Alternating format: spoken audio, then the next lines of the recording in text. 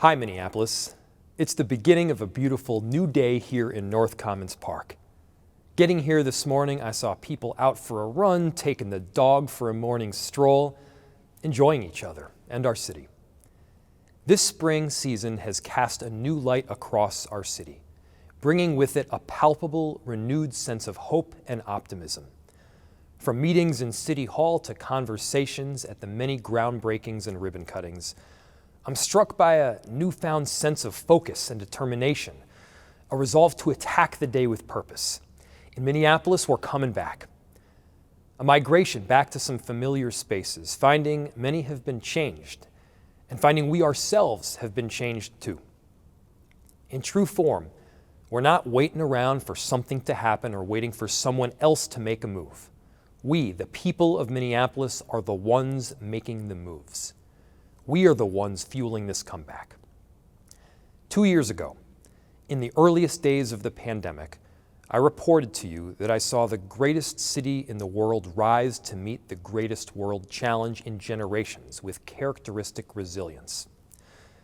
Little did we know how that resilience would be tested in the weeks and months to come. Today, as we approach 2 years since George Floyd was murdered, we are in many ways a city forever changed. But the characteristic resolve I saw 2 years ago, that remains stronger than ever.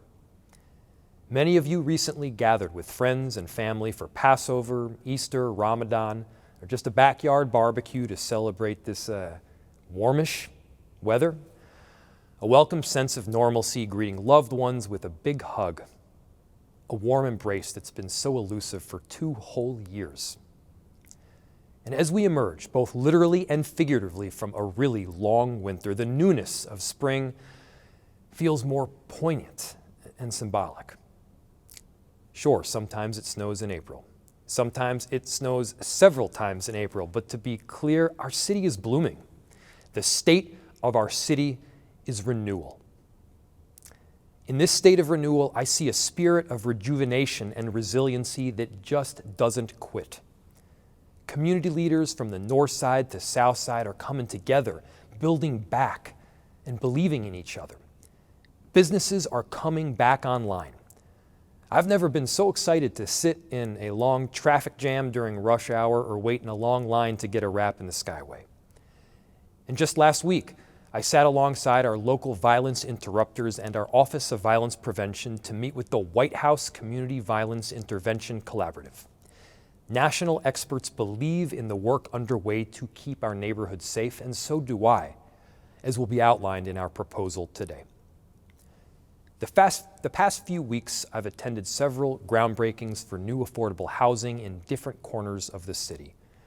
And we've officially joined the national coalition of HUD's House America in partnership with Hennepin County and other jurisdictions across the country to reinforce our long-term commitment of building additional housing for people experiencing homelessness. And we are creating a new system of government, a once-in-a-generation opportunity to redefine how our local government serves the people of Minneapolis by being more inclusive, more effective, and more responsive. We can amplify the efforts already underway and take our work even further. Our administration has outlined a plan to fully integrate public safety work under an Office of Community Safety, aligning law enforcement, emergency management, violence prevention initiatives, and outreach staff. This is a moment for sincere unity, to show our city and the world that transformation is indeed happening in Minneapolis, that we are honoring the calls for change, all without sacrificing accountability or reporting structure. The Office of Community Safety will make good on our promise of an integrated approach to public safety without injecting more elected officials in the daily operations. In other words, we aren't judging ideas by their origins, but by their merits. I call on our City Council to adopt and pass the Office of Community Safety and our new structure of government. Wherever you landed on question 1 or question 2, I call on our city to join together in the name of the 90% of things we agree on, instead of staying in our separate corners clinging to the 10% we don't. This proposal is a source of optimism.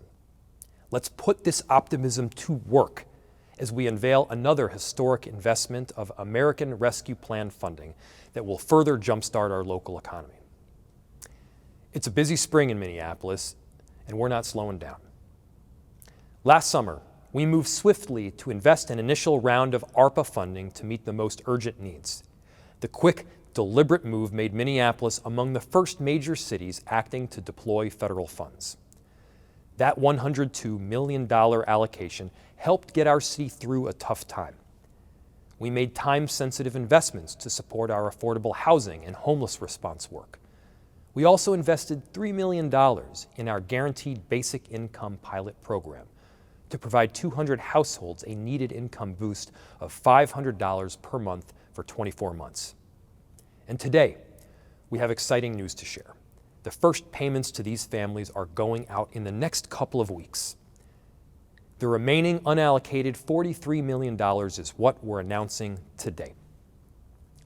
We've heard Minneapolis residents loud and clear.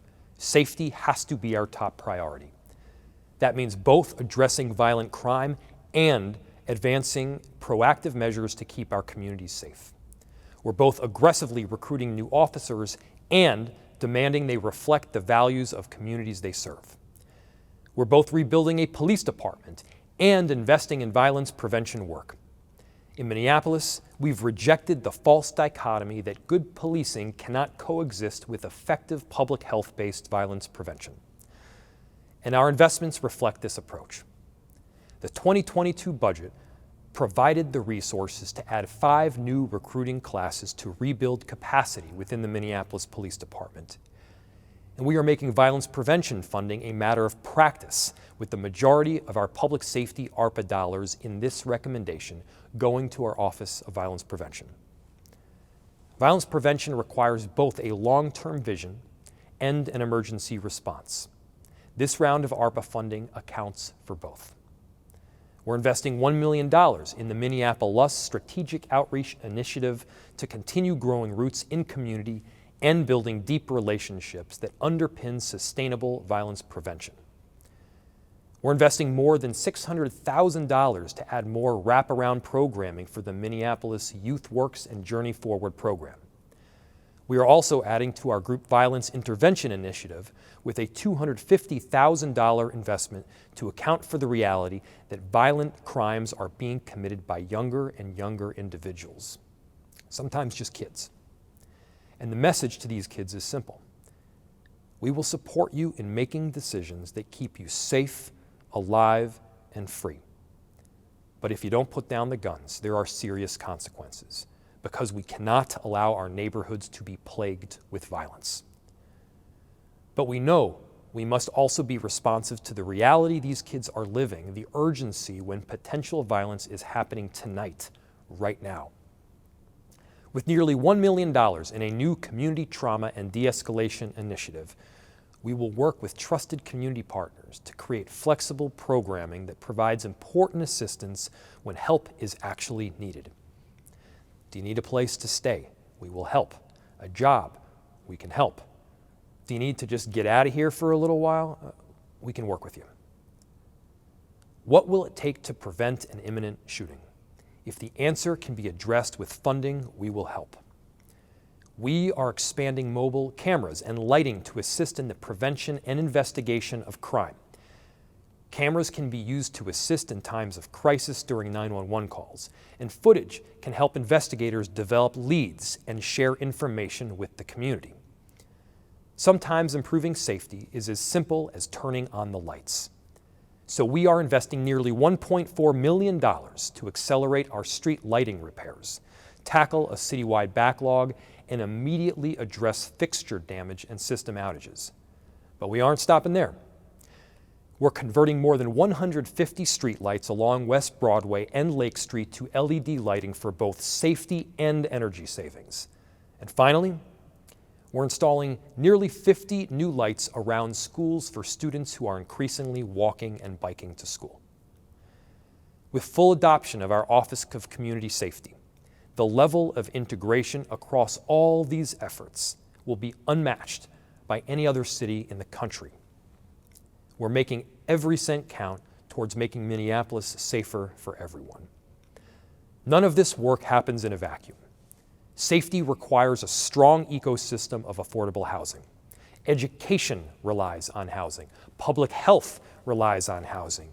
It is the foundation from which any community rises and succeeds. We have consistently made investments in affordable housing a top priority, a standard we have set as a matter of practice. During the first term of my administration, my budget increased funding in affordable housing by tens of millions of dollars.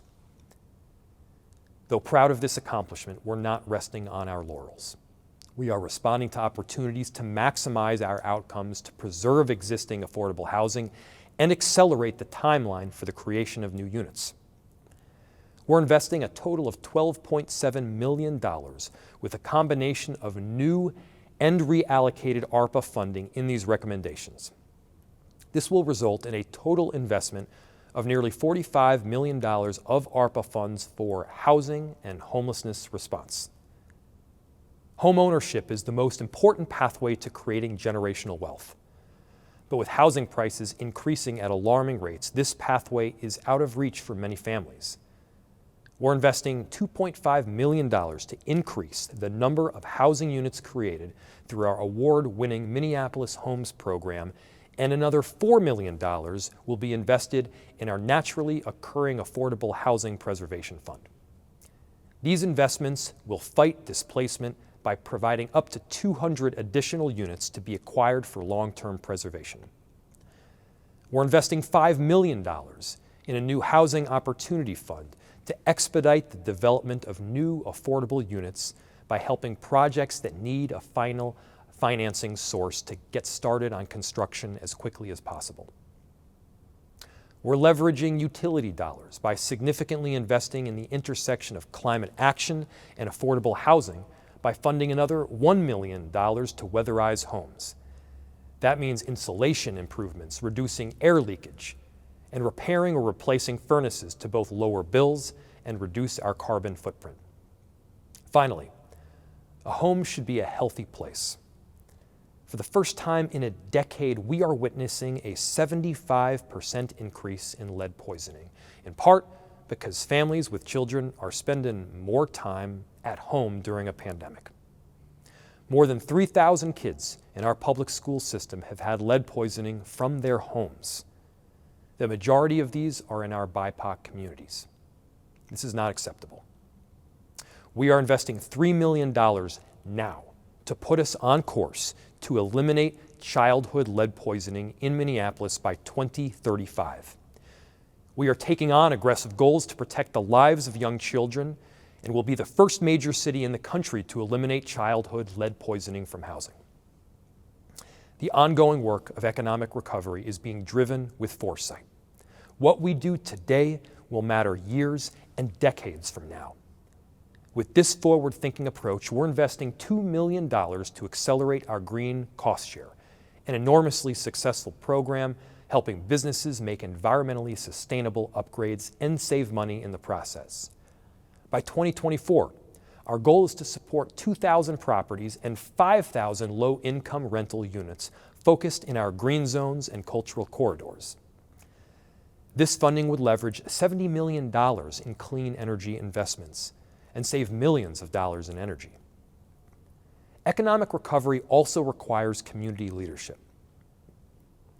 Earlier this year, we lost a giant, a true leader in our American Indian community. The legacy left by Clyde Bellecourt is deeply rooted in Minneapolis, with the founding of the American Indian movement. But this historic work fighting for American Indian civil rights will be felt across the nation for generations.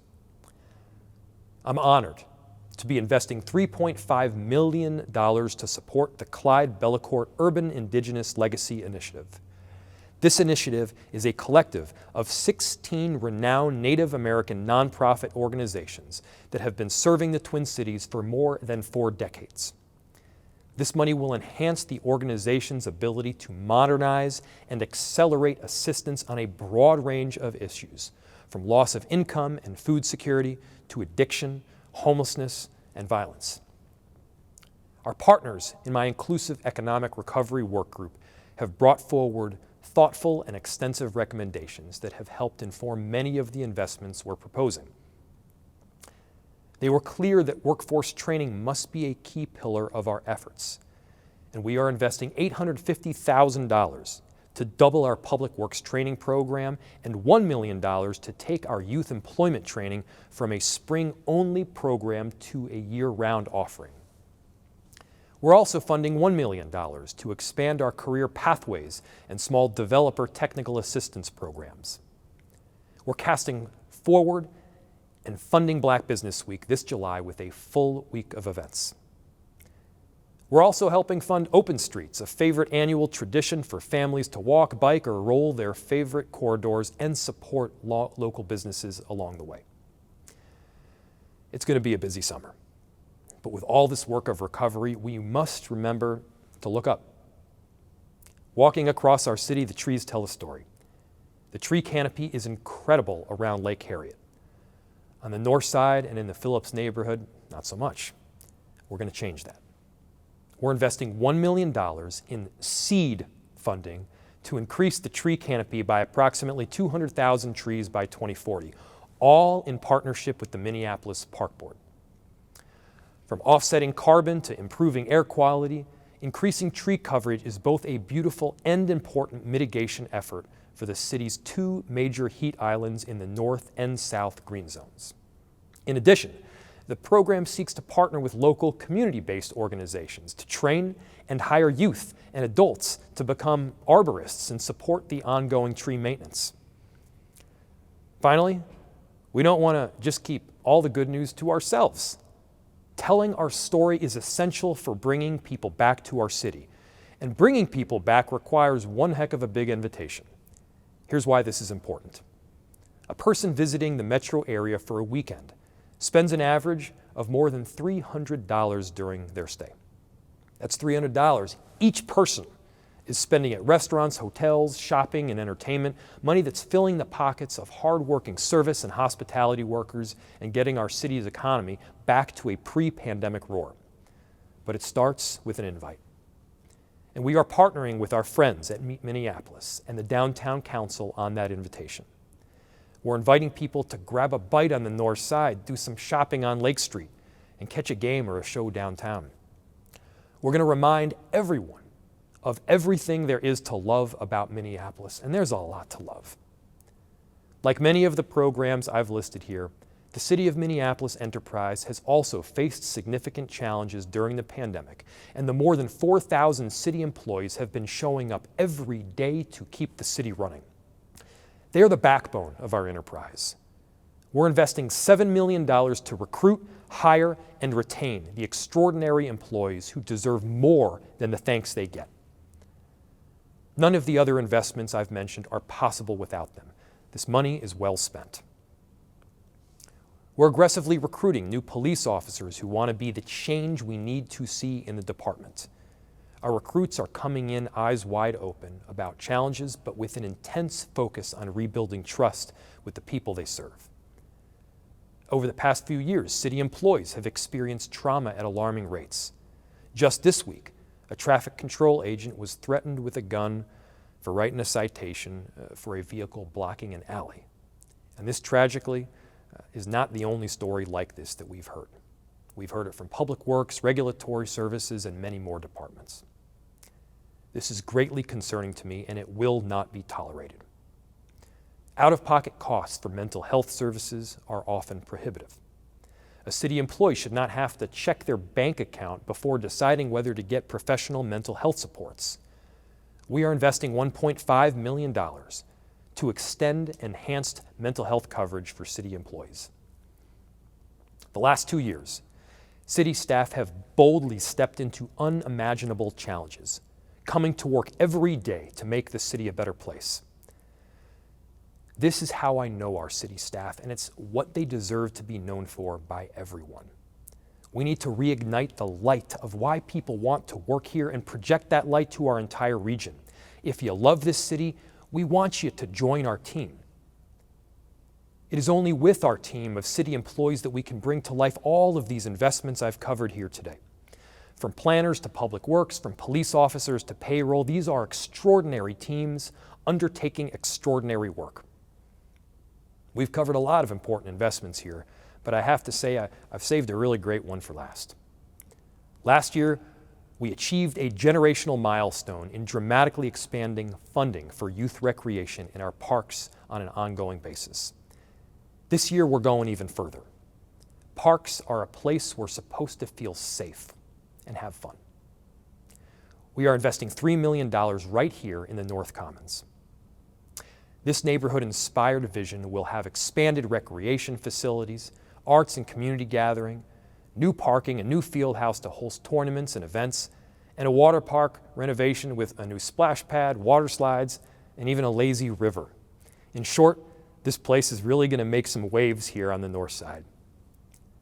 Much like the park I stand in today, our city is bursting with soon-to-be realized potential, a new beginning alongside a newfound sense of unity.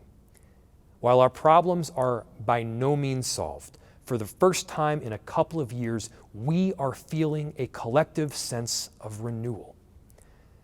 And the vision we seek to achieve is that of a city that sees this moment and built a future by everyone and for everyone. A city in which Sarah and I will raise Frida to be whatever she wants to be, and where every child has the opportunity to do exactly that. The forecast, in every sense of the word, is improving. Families are filling the parks just like this one. People are back downtown. The Timberwolves are winning, the patios are bursting with happy patrons, the farmers markets are back in business. Twins games are illuminating the night sky once again. From the Capri to Parkway to the Orpheum, theaters are packing the seats. Art Whirl is just around the corner, and block parties and cookouts are all getting into full swing. This energy is citywide, and it's here to stay. Because we love this city, we are coming back. The state of our city is renewal.